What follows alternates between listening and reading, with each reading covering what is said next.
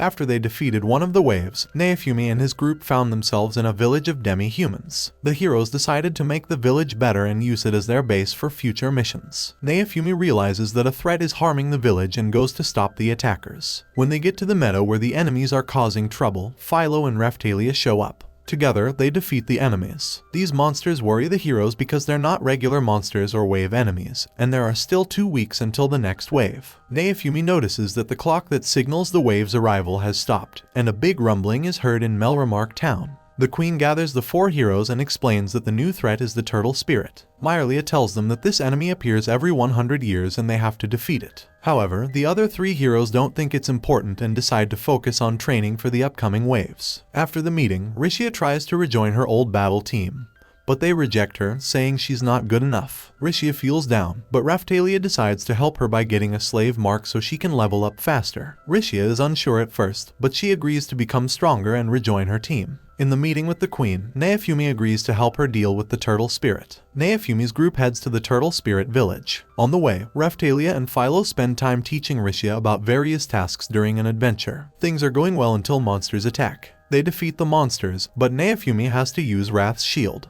After the battle, a mysterious woman appears and tells the shield hero to defeat her. Naofumi goes to a meeting with leaders from different kingdoms to discuss how to beat the turtle spirit. While they're arguing, a girl named Osthorai enters. She's the same girl Naofumi saw before. She says she works for the Turtle King and was created to get strong heroes to give their souls to him. The Turtle King is a spirit that stops the waves if the legendary heroes can't. If Horai can't do her job peacefully, the Turtle King will break his seal and cause chaos to get stronger. Only Horai and past legendary heroes can break the seal. Naofumi realizes someone broke the seal and controls the Turtle King. There were many plans to fight the Turtle King, but Naofumi suggested a strategy with fewer casualties. So, the heroes prepare to fight with Horai and Rishia's teacher, Eclair. They head to the Turtle King's location for the first attack. Naofumi's group distracts the monsters protecting the Turtle King. They defeat them with Horai's gravity magic, but it only works on the Turtle King's monsters. The troops from other kingdoms fight the Turtle King but can't stop him. The Turtle King summons a beast to stop Naofumi and his group so that they can't approach him. Naofumi orders a retreat, but after seeing the soldiers rushing toward it with full might, he decides to face the turtle with his companions. They reach the Turtle King's head, break its protection, and Raphtalia and Philo attack. They defeat the Turtle King, but to their surprise Horai survives. This means the Turtle King's soul is still there. Scenes shift to an ancient temple where Naofumi and his companion arrives with the queen. They went inside and find out about the Turtle King and how to kill it, but the temple collapsed before they could find it out. Naofumi gets frustrated. They also receive a news that the Turtle King's spirit will revive soon. Horai interrupts saying that she remembers how to kill the Turtle King. The next day, they climb a mountain on the Turtle King's back to find a way to defeat him. Inside, they meet mysterious adventurers who claim to be sent by the queen for help. However, Naofumi doesn't trust these newcomers and asks Raphtalia to use a spell to reveal their true identities. Surprisingly, Naofumi's suspicion is right, and the supposed adventurers are actually Lark, Therese, and Glass. Horai has a vision about who's controlling the Turtle King. She sees a silhouette similar to Naofumi, but she wakes up before identifying the person. Naofumi questions the group of heroes to know why they're inside the Turtle King. Elark admits they came to catch the one controlling the Turtle King and claims they're not enemies. Elark suggests an alliance, but Naofumi doesn't fully trust them, so he declines. The heroes continue their search for the Turtle King's heart. Eventually, they find it. There, they meet Kaio Ethnina, the person Horai saw in her visions and the one controlling the Turtle King. Kaio explains he came to this world to collect souls using the Turtle King.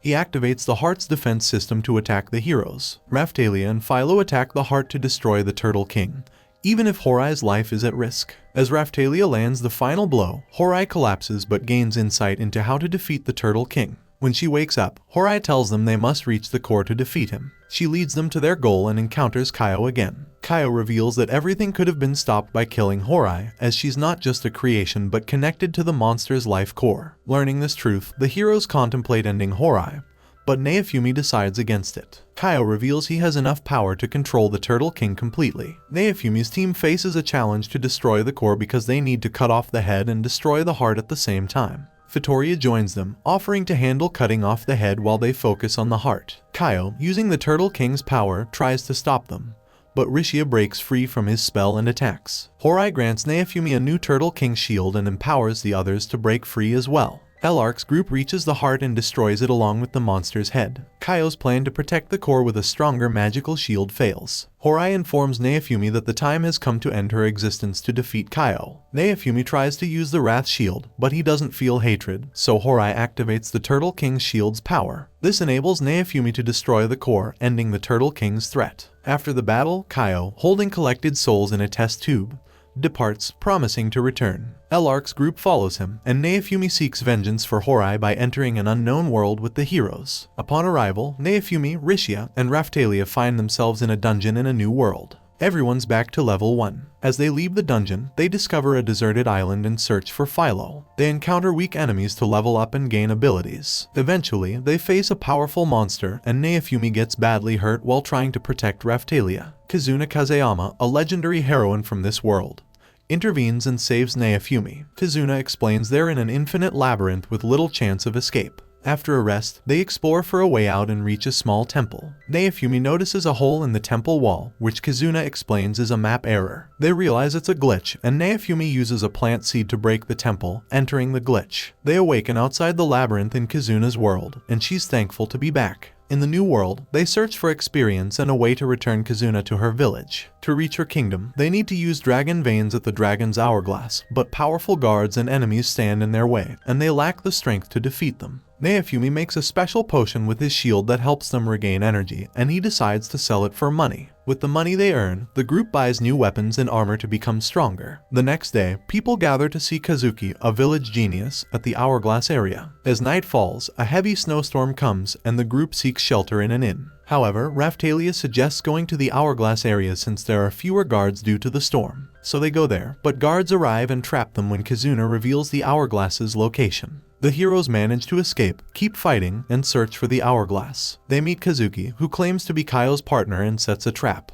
Naofumi defeats him, and they use the hourglass's transport, not realizing it was part of Kaio's plan. During teleportation, Raphtalia can't use it, and Naofumi, Rishia, and Kazuna end up in the capital, while Kazuki captures Raphtalia. In the capital, Naofumi asks Kazuna to send him back to rescue Raphtalia, but she can't since the hourglass is closed from the other side. Kazuna plans to find Ethnabalt, the boat hero, to help explore and save Raphtalia. Before their quest, Ethnabalt creates a familiar from Raphtalia's hair to find if she's alive and mark her location. Ready to rescue Raphtalia, they're transported on Ethnabalt's boat and quickly reach the town where Raphtalia is supposed to be. Hearing a scream, they find Philo, who was captured by a circus to be their main attraction. They free Philo, but Naofumi realizes that Raphtalia is no longer listed as an ally. With the help of Ethnabalt's boat, Naofumi's team and Yomogi travel to Kaio's lab. Upon arrival, Kaio appears but only to tell them that they can't stop him, and he has revived Kazuki using the Mirror Bearer's soul. Raphtalia stays behind to fight Kazuki while Naofumi and Rishia continue forward to defeat Kaio. Facing Kaio, he tries to provoke Naofumi to use the Wrath Shield. However, the shield starts to consume Naofumi's power and turn it against him. Rishia talks sense into Naofumi by reminding him of the importance of Philo and Raphtalia in his life. As Naofumi struggles with the Wrath Shield, Rishia fights Kaio to buy time. Inside the shield, Naofumi fights against his anger. Just when he's about to give up, Horai appears and encourages him not to rely on that shield anymore, reminding him of his strength. Naofumi wakes up beside Raphtalia and Philo. He uses the power of the Turtle King to defeat Kaio for good.